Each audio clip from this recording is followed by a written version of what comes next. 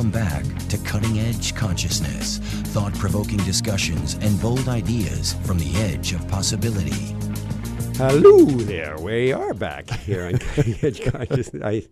I got a whole energy hit from that, and I'm feeling aliveness and invigorated. That was wonderful. There are so few things as satisfying as a soulful conversation. Yeah. And when it's two ways, it's thrilling because it's really three ways. There's always the mystery in between. But when it's three ways, which would make it four ways. Which would make it. We're doing math here. Yeah, it's pretty soon. I have to take my shoes off to count. It's exponential. I mean, it's very, very exciting, and these things change us. They fundamentally change us. They don't just change us. I'm not being allegorical or metaphorical. These rich conversations change us in ways that you are different forever. I love the idea of mindfulness sort of defined as paying attention on purpose. And the purpose is my awareness waking up to itself, that there is something very natural that wants to emerge in me and through me, that I'm becoming respectful of, that I'm organizing towards. Again, we've so often gotten to a deeper sense of who we are through a kind of breakdown, a very painful kind of deconstruction of our world as we've held it. But for me, and I know for you because you said it, is that I'm looking at ways to pay attention on purpose, not just to the painful parts, though that's clearly part of the process, which is fine, but to the joyful moments, to the to the love, to the spontaneity, to the gooey good stuff, because there's a tremendous unfolding of a kind of enlightenment in those kinds of experiences. So that's rich soil for me. That's fertile ground. It is fertile ground. Fertile ground is mysterious. Yeah. Because we don't know what's in fertile ground. You don't know what's, you look at it and it's just, with some attention and some care, things begin to push up through the fertile ground. So fertile ground is very mysterious. Love is the gooey good stuff. A certain expression of love is the gooey good stuff. But I have been giving some contemplation to love. We can know certain expressions of love, and we can talk about. See, it happens every time. We can talk about. We talk about oneness, or we talk about duality. I love to refer to it in terms of enchantment. Any system that is fed energy grows, and systems that that prevail are those that are able to transcend and include previous systems. Otherwise, you feed them energy, but you can become lost in a delusion. But a system that is going to take precedence over the conditions of our life is one that is able to include everything else. Well, that's the nature of evolving, is that we're not skipping any steps. I mean, this is where a lot of folks who want to jump to enlightenment at the discrediting or the resistance of other aspects of their experience are skipping something vital. They'll skip something vital. Or they'll talk about the negativity and and what is expansive and what is constrictive are equal. There isn't any logic to that, because there is some awareness that is able to hold. And I call it love, because that's simply a choice. It's not an ultimate awareness. I'm not representing it as that, but love is big enough to handle darkness and fear. But fear is not big enough to handle love. Yeah. So this idea that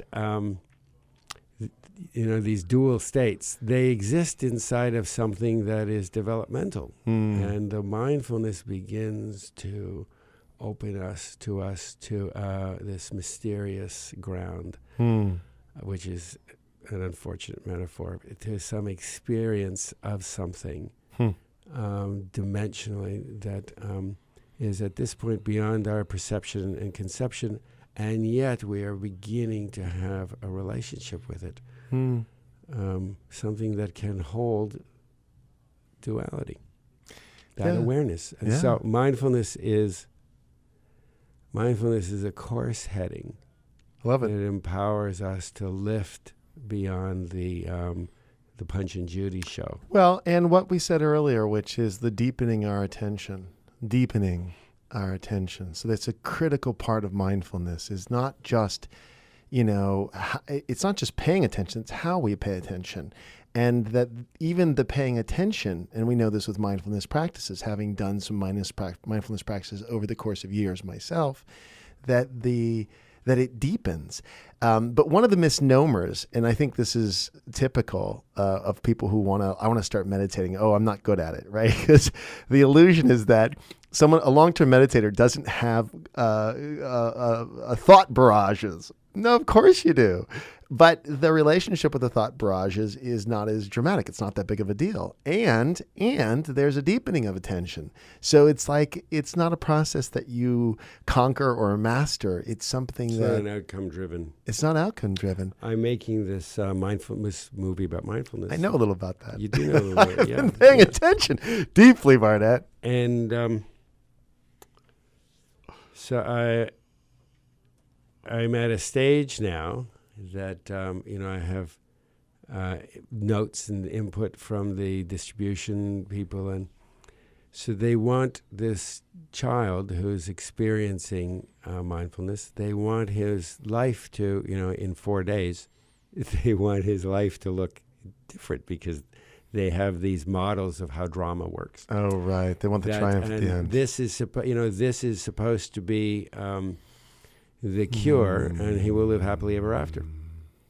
Oh, wow. So it's been a challenge to me, and an opportunity to look at how I am personally calibrated myself. Everything is. I take everything personally. So everything is an expression. As the poet said, we don't see the world as it is; we see it as we are. So I am aware of my own clutter around there. Yes, well put. And that's enough said on that. Just to point out that we have agendas attached. We can have agendas attached to even our mindfulness practice. And let's make a mindfulness movie that has a happy ending. Exactly. Whereas let's make a mindfulness movie that in its own right illustrates a response, not the only response, not even necessarily the best response, just a response. For those of you who don't know what we're talking about, a more empowered response. A more empowered response, thank you. This is the movie based on the book by Eckhart Tolle, Milton's Secret, which Barnet is working on. So for those of you who don't know, that is there. Which is MiltonSecretTheMovie.com. What is the website for you? You don't have to know. It's Support Milton Secret. Support Milton Secret.com. We've come to the end of today's show.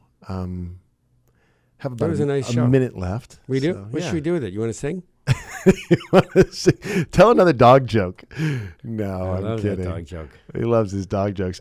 We want to spend a moment to thank you, viewers, listeners, for paying attention deeply, again and again. For being with us on this show and for the last coming up to 4 years now. Yeah.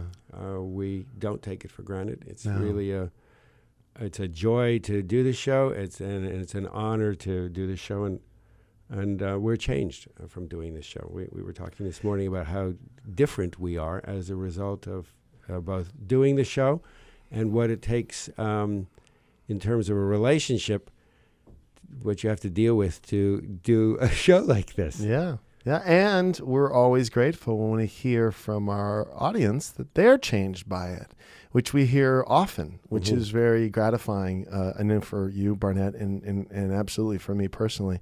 So stay in touch with us, comments, join us on Facebook, and stay part of this community because it is growing, and we're enjoying having you along for the ride. Write to us if there's anybody you want to hear, if there are any topics you want to hear discussed.